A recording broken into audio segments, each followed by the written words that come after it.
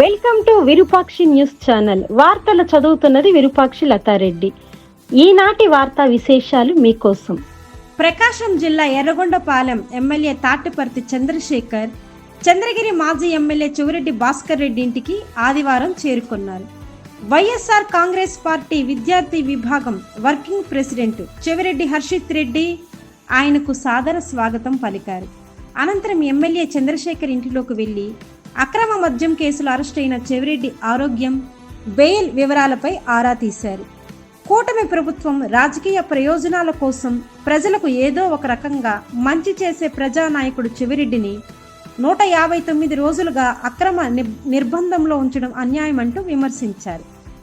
చెవిరెడ్డిని ఆదరించి అభిమానించే ప్రతి ఒక్కరికి తెలిసిన విషయం అంటూ అవకాశం వచ్చినప్పుడు ఈ ప్రభుత్వానికి తగిన బుద్ధి చెప్పాలని చెవిరెడ్డి హర్షిత్ రెడ్డి తెలిపారు. చెవిరెడ్డి కుటుంబానికి పార్టీతో పాటు తాము అండగా ఉంటామని వెల్లడిస్తూ దేవుడి దయ, ప్రజల ఆశీస్సులతో కడిగిన ముత్యంలా చెవిరెడ్డి బయటికి వస్తారని చెవిరెడ్డి కుటుంబ సభ్యులకు ఈ సందర్భంగా ఆయన ధైర్యం కల్పించారు.